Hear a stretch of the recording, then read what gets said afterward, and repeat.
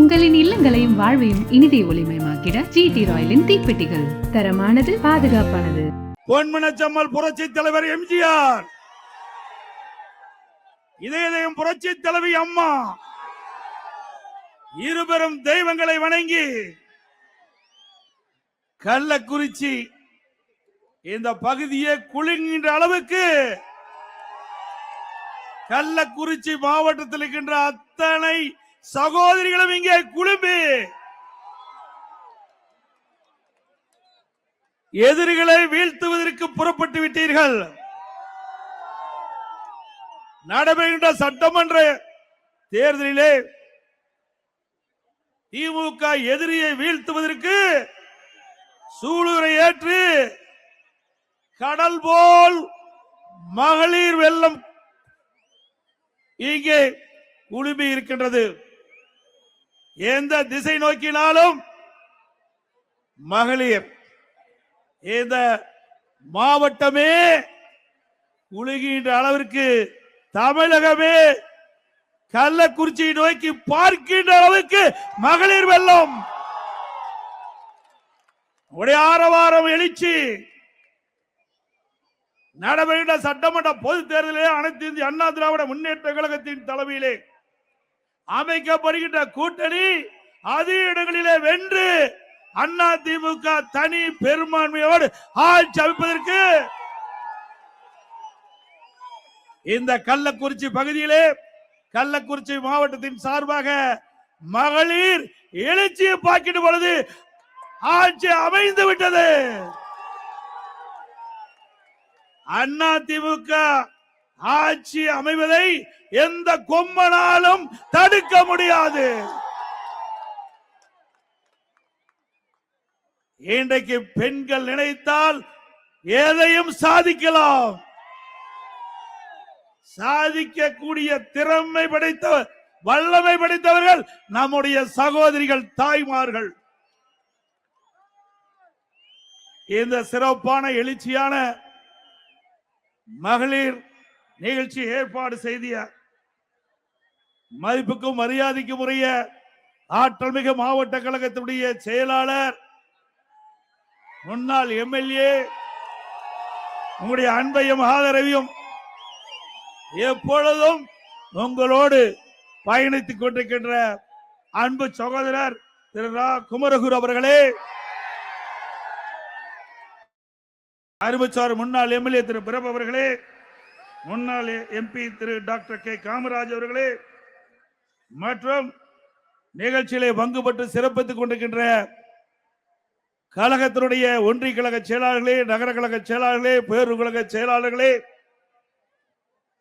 வரி சிறப்பித்துக் கொண்டிருக்கின்ற மாவட்டத்திலே பல்வேறு அணியைச் சேர்ந்த நிர்வாகிகளே, முன்னாள் நாடாளுமன்ற சட்டமன்ற உறுப்பினர்களே, வரி சிறப்பித்துக் கொண்டிருக்கின்ற மகளிரை சேர்ந்த மாநில நிர்வாகிகளே, மாவட்ட நிர்வாகிகளே, ஒன்றிய நகர பேரூர் பகுதியில் இருக்கின்ற மகளிரை சேர்ந்த நிர்வாகிகளே, இங்கே திரளாக குழுமிருக்கின்ற எனது அருமை சகோதரிகளே, தாய்மார்களே, கழக உடன்பிறப்புகளே, பத்திரிகையாளர் ஊடகங்களே, அத்தனை பேருக்கும் என்னுடைய முதற்க நன்றி கலந்த வணக்கம்.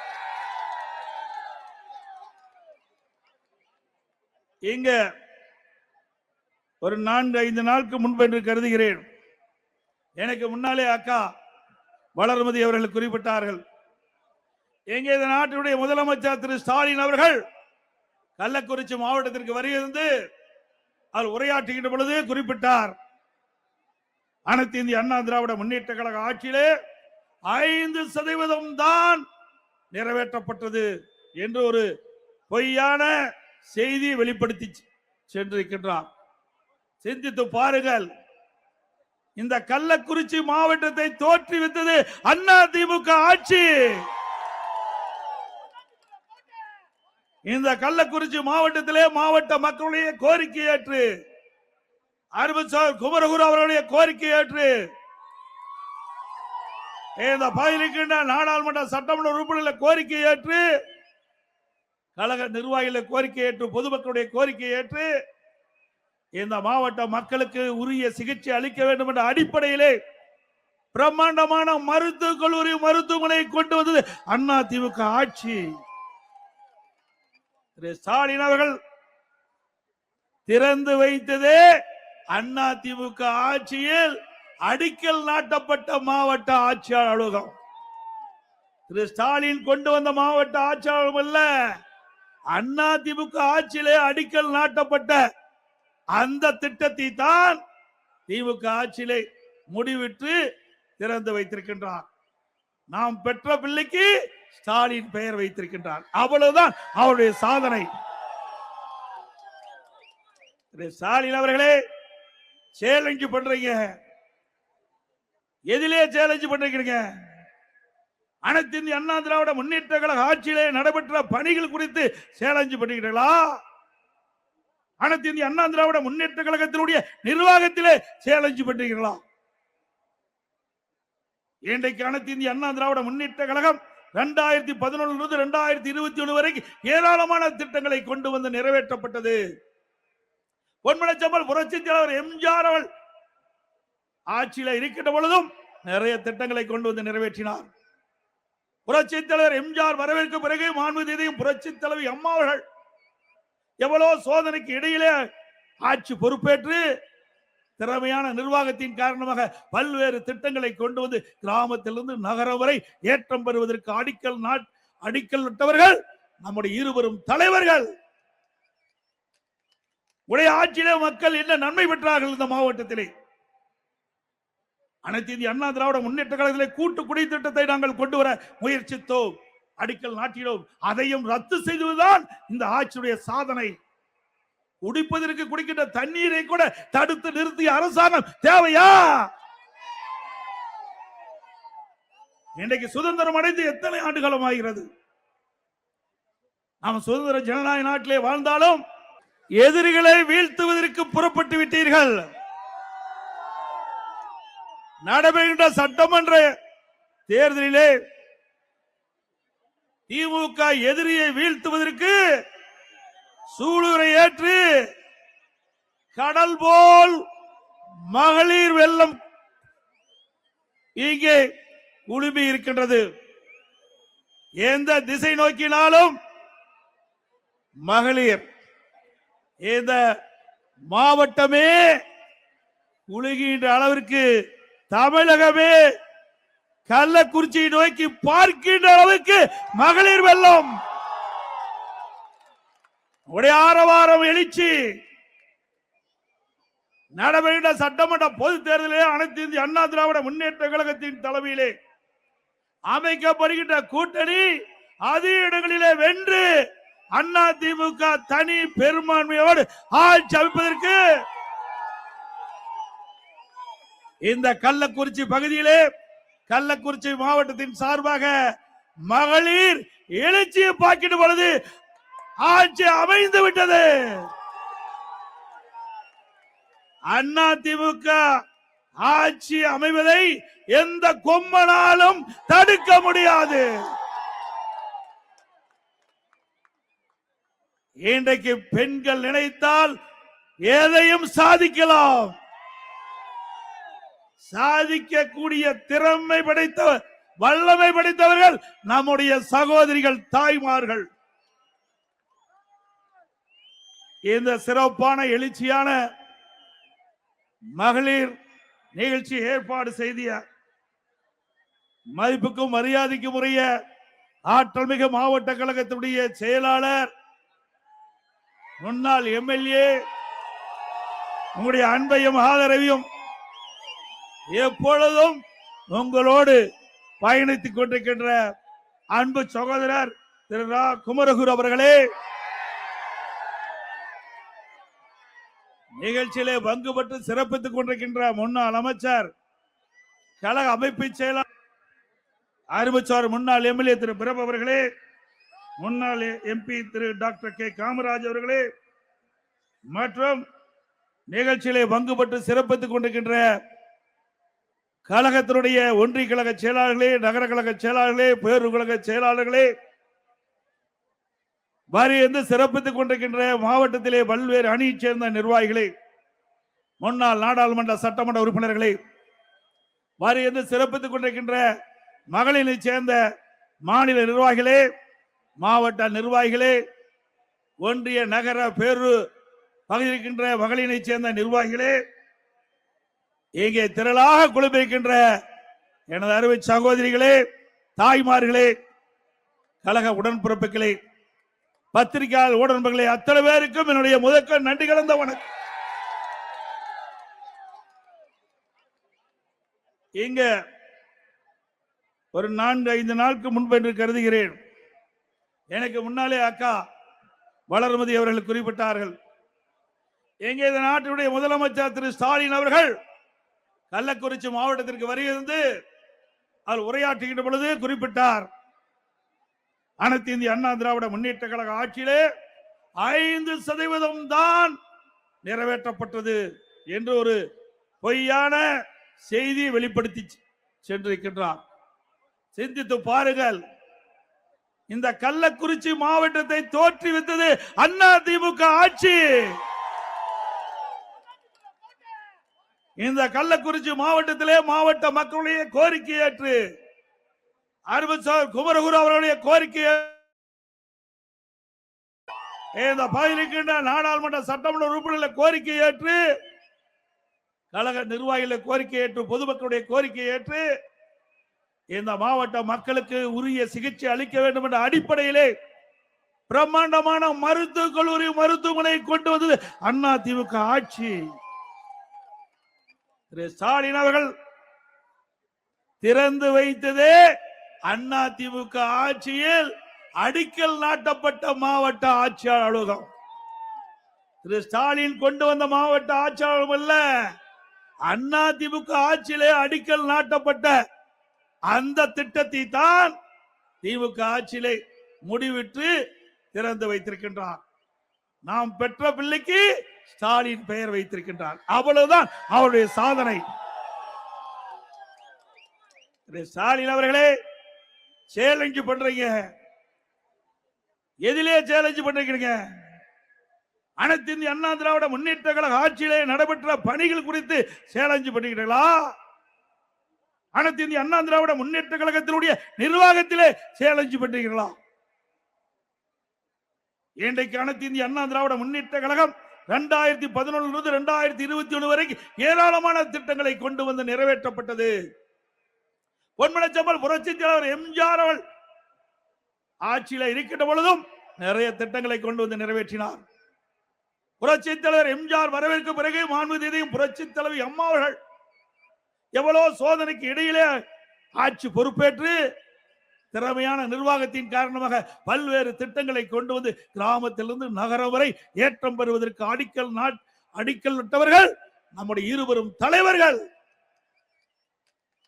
உடைய ஆட்சியிலே மக்கள் என்ன நன்மை பெற்றார்கள்? இந்த மாவட்டத்திலே அனைத்து இந்திய அண்ணா திராவிட முன்னேற்ற கழகத்திலே கூட்டு குடி திட்டத்தை நாங்கள் கொண்டு வர முயற்சித்தோம், அடிக்கல் நாட்டினோம். அதையும் ரத்து செய்துதான் இந்த ஆட்சியுடைய சாதனை. குடிப்பதற்கு குடிக்கின்ற தண்ணீரை கூட தடுத்து நிறுத்திய அரசாங்கம் தேவையா? இன்றைக்கு சுதந்திரம் அடைந்து எத்தனை ஆண்டுகாலம் ஆகிறது? நாம் சுதந்திர ஜனநாயக நாட்டிலே வாழ்ந்தாலும் மக்களுக்கு தேவை பார்த்து திட்டத்தை கொண்டு வந்து நிறைவேற்றப்பட்ட தலைவி இதையும் புரட்சி தலைவி அம்மா.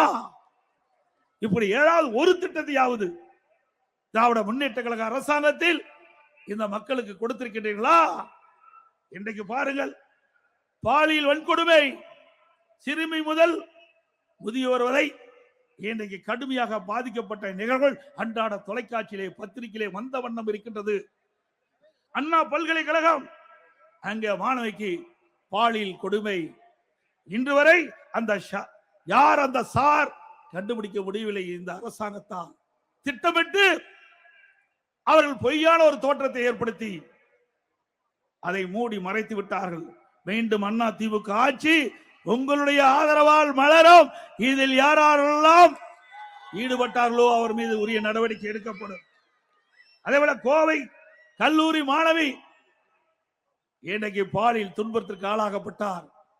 அதோடு திருவண்ணாமலையில இன்றைக்கு லாரியில 2 பெண்கள் சென்று கொண்டிருந்த பொழுது வழியிலே காவல்துறை சேர்ந்தவர்கள் அவர்களை அந்த 2 பெண்மணியும் இறக்கி 2 இருசக்கர வாகனத்தில் அழைத்து சென்று அவருடைய தாயின் கண்ணெதிரே அவருடைய மகளை பாலியல் சீண்டலுக்கு உட்படுத்தியிருக்கிறார். இப்படிப்பட்ட கொடுமையான ஆட்சி தேவையா?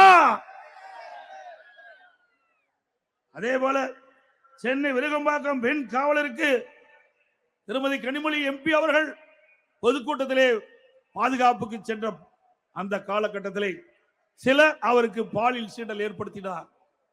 இப்படிப்பட்ட அவலநிலை தான் இந்த ஆட்சியிலே நடைபெற்றுக் கொண்டிருக்கிறது. அதோடு அண்ணா நகர் சிறுமி பாலியல் கொடுமை, அந்த பாலியல் கொடுமையின் மூலமாக இந்த அரசு சரியான நடவடிக்கை எடுக்காத காரணத்தினாலே இன்றைக்கு உயர்நீதிமன்றம் சிபிஐ விசாரிக்க வேண்டும் என்று தீர்ப்பளித்த பிறகு அதை எதிர்த்து உச்ச நீதிமன்றம் போன அரசுதான் விடியா திமுக அரசு. உங்களுக்கு யார் விசாரித்தால் என்ன? பாதிக்கப்பட்டவர்களுக்கு நியாயம் கிடைக்க வேண்டும். அதுதான் ஒரு நியாயமான அரசாங்கம் செய்ய வேண்டிய கடமை. இந்த அரசாங்கம் கடமையிலிருந்து தவறிய காரணத்தினால் சம்பந்தப்பட்டவர்கள் நீதிமன்றத்தின் மூலமாக அவர்களுக்கு சிபிஐ விசாரணை இருந்தால் நியாயம் கிடைக்கும், உண்மையான குற்றவாளிகள் தண்டிக்கப்படுவார்கள் என்று கருதிதான் உச்ச நீதிமன்றம் சென்று தீர்ப்பை பெறுகின்ற சூழ்நிலை இந்த ஆட்சியிலே பார்க்கப்படுகின்றது. அதே போல அரக்கோணம் திமுக நிர்வாகி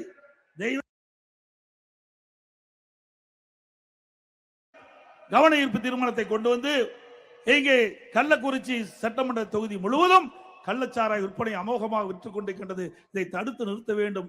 இதை தடுத்து நிறுத்தாவிட்டால் விலை விதிக்க முடியாத உயிரை நாம் இழந்து விடுவோம் என்று கவன ஈர்ப்பு தீர்மானத்தில் தாய்க்காத காரணத்தினாலே சட்டமன்றத்திலே இந்த கவன ஈர்ப்பை எடுக்காத காரணத்தினாலே இன்றைக்கு இவ்வளவு உயிர்களை இழந்து இருக்கின்றோம். இதுக்கு முழு பொறுப்பு ஸ்டாலினுடைய அரசாங்கம். அதோட திருமதி கனிமொழி அவர்கள் குறிப்பிட்டார்கள், இன்றைக்கு தமிழகத்திலே டாஸ்மாக் கடை அதிகமாக இருக்கின்ற காரணத்தினாலே அவர்கள் எதிர்க்கட்சியாக இருக்கின்ற பொழுது அண்ணா திமுக ஆளுங்கட்சியாக இருக்கின்ற பொழுது திருமதி கனிமொழி அவர்கள் குறிப்பிடுகிறார், டாஸ்மாகிலே தமிழ்நாட்டிலே திறந்திருக்கின்ற காரணத்தினால்தான் இளம் விதவைகள் அதிகமாக இருப்பதாக சொன்னார்கள். இப்பொழுது என்ன நிலைமை? எத்தனை கடைகளை நீங்கள் திறந்திருக்கிறீர்கள்?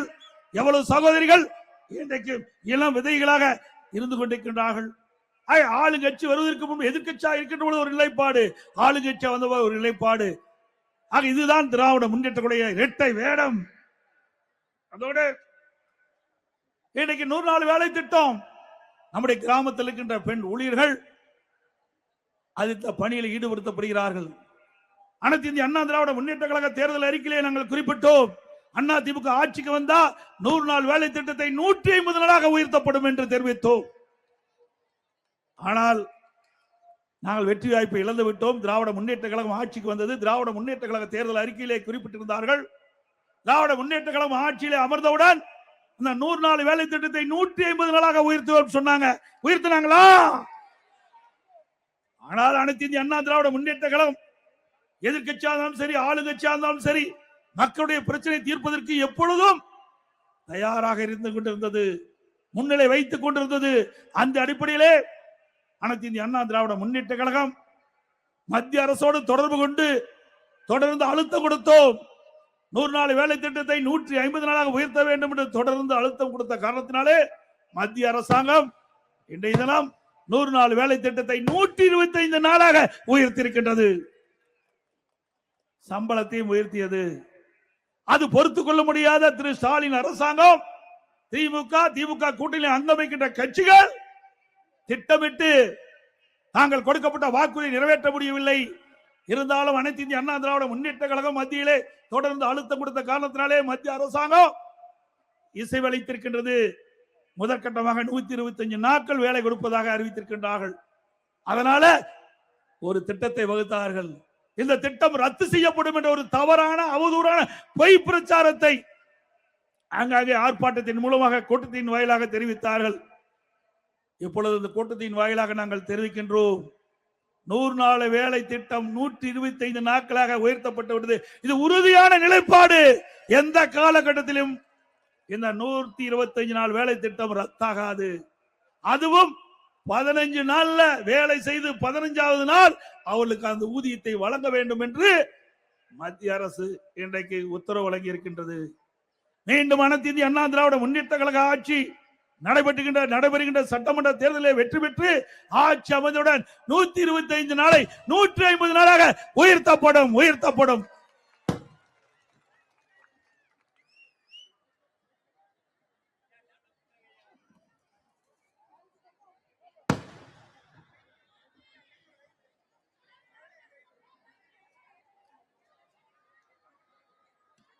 அதோடு இன்றைக்கு தமிழகத்திலே உங்களுடைய மாவட்ட செயலாளர் குறிப்பிட்டதை போல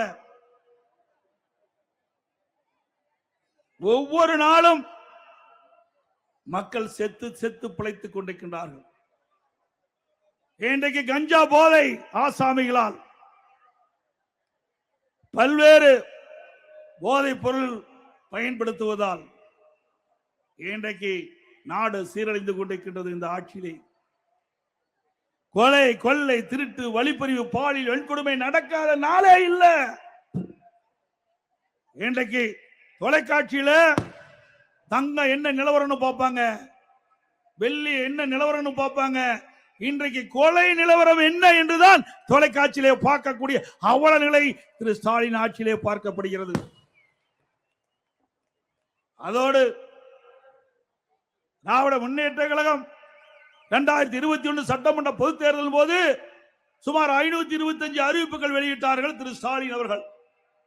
அதிலே நாளில் ஒரு பங்கு அறிவிப்பு கூட நிறைவேற்றப்படவில்லை.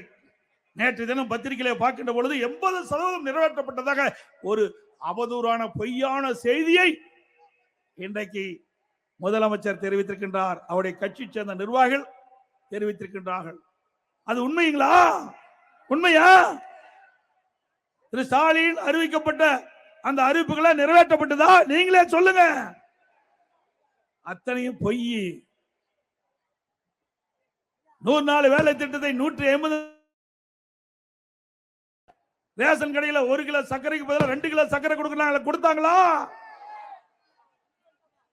மாதந்தோறும் கேஸ் சிலிண்டருக்கு மானியம் 100 ரூபாய் கொடுத்தாங்களா?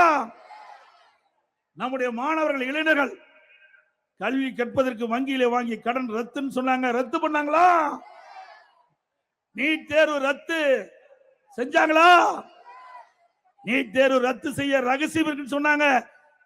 இப்பொழுது ரகசியத்தை திரு ஸ்டாலின் அவர்கள் சட்டமன்றத்தில் தெரிவித்தார்.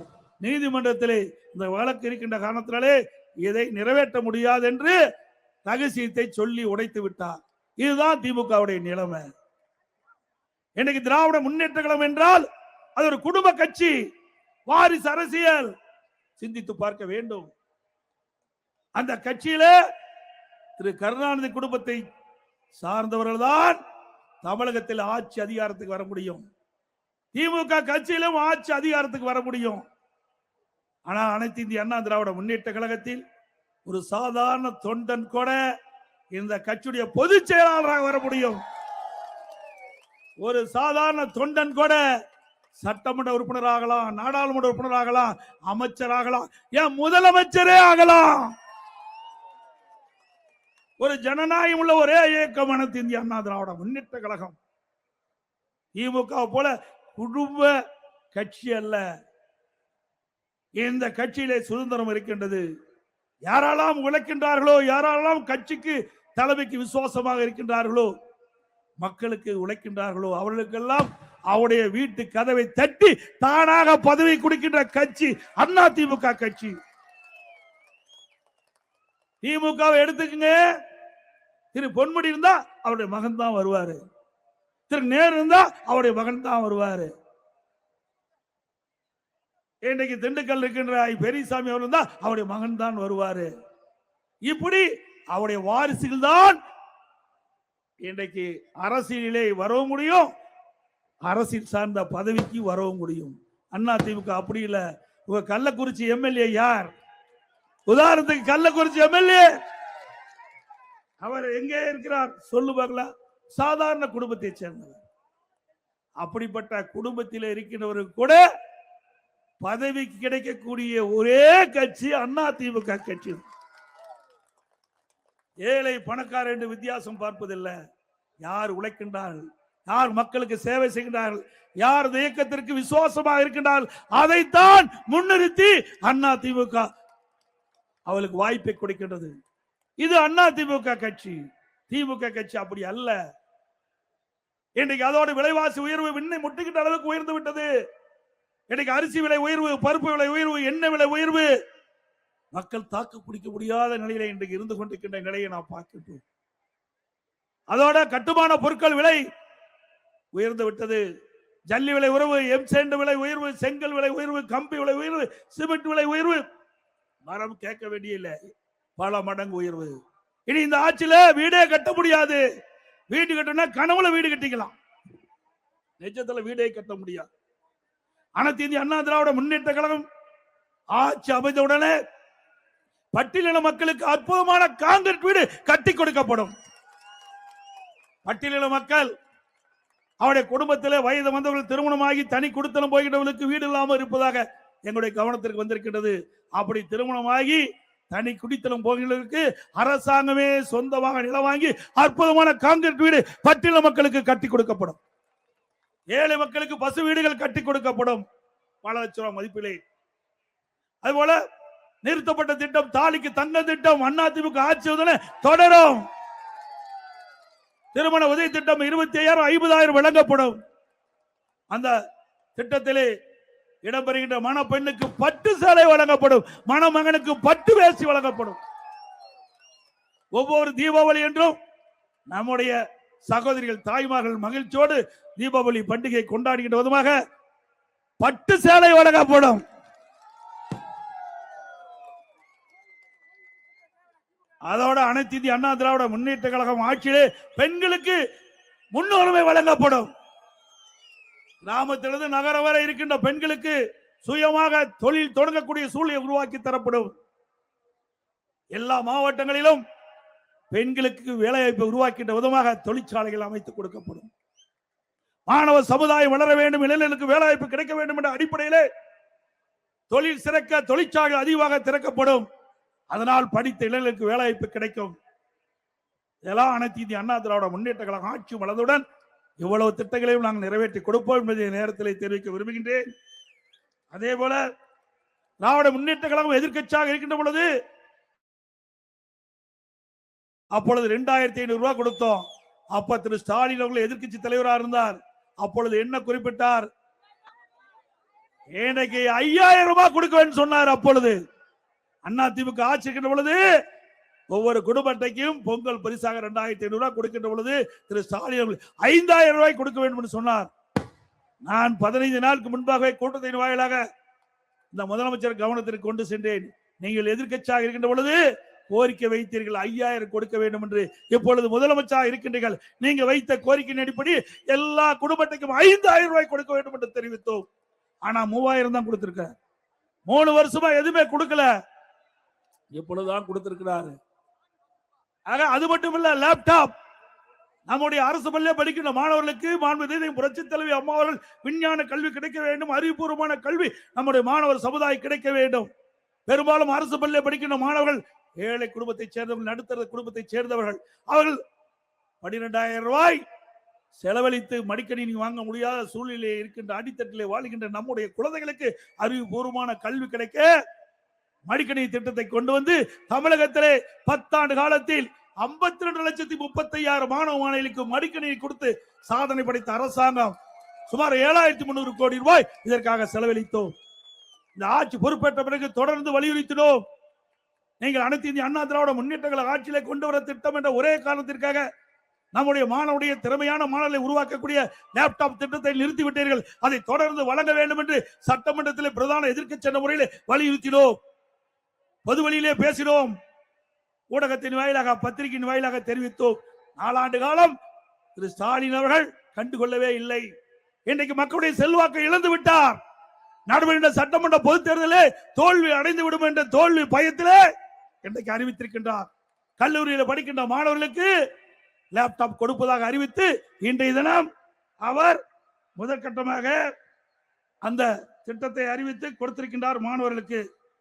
நாங்கள் அந்த திட்டத்தை அதிமுக ஆட்சியிலே கொண்டு வரப்பட்ட திட்டம், அதை நாங்கள் வரவேற்கின்றோம். திரு ஸ்டாலின் அவர்களை இப்பொழுது ஏற்றுக்கொண்டு விட்டார்.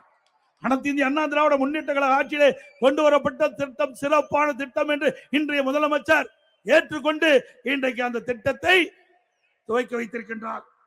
சிந்திச்சு பாருங்க, 4 ஆண்டுகளவா கொடுத்திருந்தா மாணவர்கள் எவ்வளோ பயன்பெற்றிருப்பாங்க. இல்ல நீங்க கொடுக்கிறது ரைட், வேண்டாம் நாங்க சொல்லல, வரவேற்கிறோம். எப்ப கொடுத்திருக்கணும்? கல்லூரி ஆரம்பத்திற்கு முன்பாகவே இந்த ஆண்டு துவக்கத்திலே கொடுக்கப்பட்டிருக்கலாம்.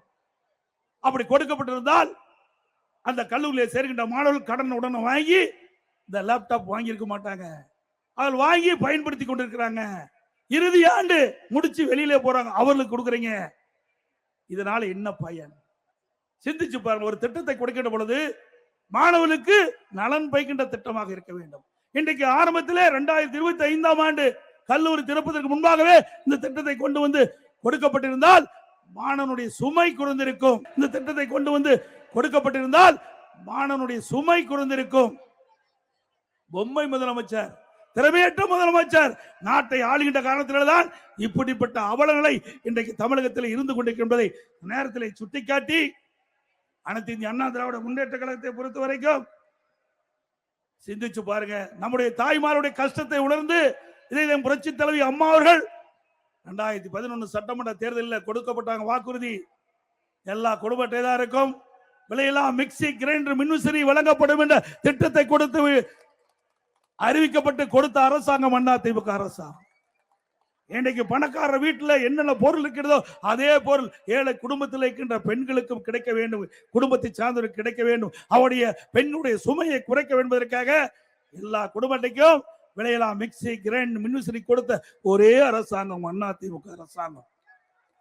அதே போல அரசு பள்ளியில் படிக்கின்ற மாணவர்கள் அவருடைய கனவு மருத்துவக் கல்வி கிடைக்க வேண்டும் என்று அந்த கனவை நனவாக்குவதற்காக அனைத்து இந்திய அண்ணா திராவிட முன்னேற்ற கழகம் ஆட்சிக்கின்ற பொழுது 7.5% உள்ளிடுவதற்கை கொண்டு வந்து சட்டம் இயற்றப்பட்டு அமல்படுத்தப்பட்டு இன்றைய தினம் அரசு பள்ளியை படிக்கின்ற மாணவர்கள் 41% இன்றைக்கு 3000 பேர் மருத்துவக் கல்வி கிடைக்க ஒரு வாய்ப்பை உருவாக்கி தந்தது அனைத்து இந்திய அண்ணா திராவிட முன்னேற்ற கழக அரசாங்கம்.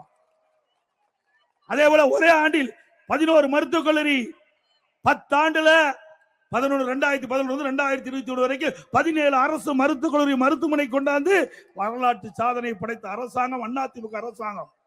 இன்னைக்கு அனைத்து திராவிட முன்னேற்ற கழகம் ஆட்சி பொறுப்பேற்று 4.25 ஆண்டு ஆகிவிட்டது. இந்த 4.25 ஆண்டு காலத்திலே ஒரு அரசு மருத்துவக் கல்லூரி கூட கொண்டு வர முடியவில்லை. ஒரு கையிலாகாத அரசாங்கம். அதுபோல தமிழகத்திலே நிர்வாகம் சிறப்பாக இருக்க என்பதற்காக 6 மாவட்டத்தை புதிதாக தோற்றுவித்தோம். அதுதான் கள்ளக்குறிச்சியும் ஒன்று. 7 சட்டக்கல்லூரியை கொடுத்தோம், 60 பாலிடெக்னிக் கல்லூரி கொடுத்தோம், 4 பொறியியல் கல்லூரி, 5 வேளாண்மை கல்லூரி, 5 கால்நடை மருத்துவக் கல்லூரி ஆராய்ச்சி நிலையம், இங்கே பிரம்மாண்டமாக கால்நடை பூங்கா 1000 கோடியில் 50 ஏக்கர்ல கொடுத்தோம். இப்படி சாதனை மேல் சாதனை படுத்தும் ஸ்டாலின் அவர்களே, தெரியாட்டுனா படிச்சு தெரிஞ்சுக்கங்க. சேலஞ்சு பண்ற விட்டுருங்க. சேலஞ்ச் என்று சொல்லி இருக்கிறீங்க. சேலஞ்சுன்னு என்ன?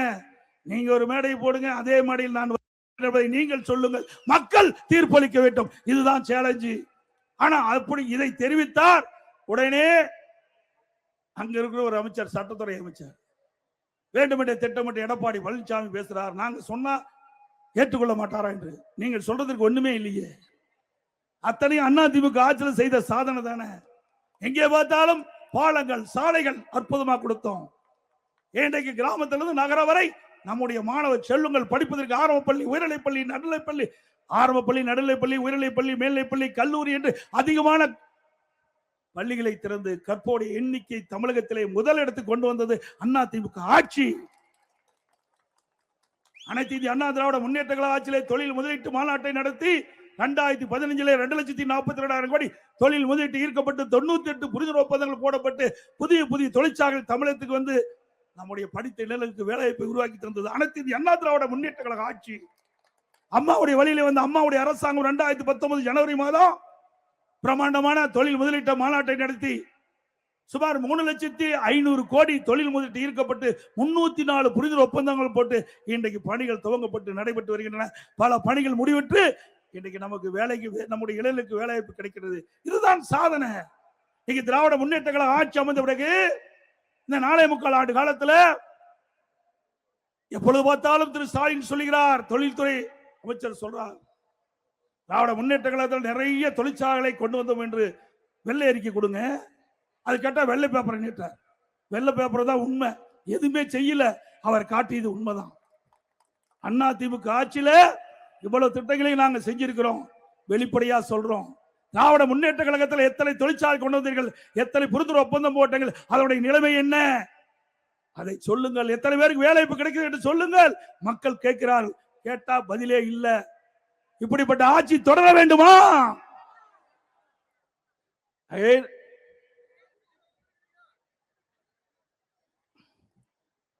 வருகின்ற சட்டமன்ற பொதுத் தேர்தலில் நம்முடைய கூட்டணி கட்சியின் சார்பாக போட்டியிடுகின்ற கழக வேட்பாளர் அவர்களுக்கு இரட்டை சின்னத்திலே வாக்களித்து வெற்றி பெற செய்யுங்கள். மீண்டும் அதிமுக ஆட்சி மலர்ந்து எண்ணற்ற திட்டங்களை நாட்டு மக்களுக்கு வழங்க வேண்டும். குறிப்பா நம்முடைய பெண்களுக்கு நிறைய திட்டங்களை கொடுப்பதற்கு ஒரு வாய்ப்பை தாருங்கள் என்று அன்போடு நேரத்திலே கேட்டு, அதோட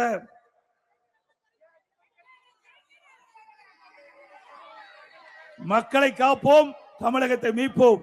மக்களை தமிழகத்தை மக்களை தமிழகத்தை மக்களை தமிழகத்தை ஸ்டாலின் மாடல் அரசு, ஃபெயிலியர் மாடல் அரசு. Bye bye Stalin. கூட்டம் முடிந்த பிறகு எல்லோரும் வாகனத்தில் பத்திரமாக வீடு போய் சேர வேண்டும் என்று அன்போடு கேட்டு, மிக சிறப்பாக எழுச்சியாக இந்த மகளிர் மாவட்ட நிகழ்ச்சி ஏற்பாடு செய்த மாவட்ட செயலாளர்களுக்கு மீண்டும் ஒருமுறை அவருக்கு வாழ்த்துக்களை தெரிவித்து, அவருக்கு உறுதுணையாக இருந்த ஒன்றிய செயலாளர், நகரச்சார், பேரூராட்சி கழக நிர்வாகிகளுக்கும், மாவட்ட மகளிரை சேர்ந்த சகோதரிக்கும், அந்த மாவட்டத்தில் இருக்கின்ற அனைத்து மகளிரை சேர்ந்த நிர்வாகிகளுக்கும், இந்த நிகழ்ச்சியிலே பங்கு பெற்ற மகளிரை சேர்ந்த சகோதரிகளுக்கும் தாய்மார்களுக்கும் நன்றி தெரிவித்து விடைபெறுகின்றேன். நன்றி, வணக்கம்.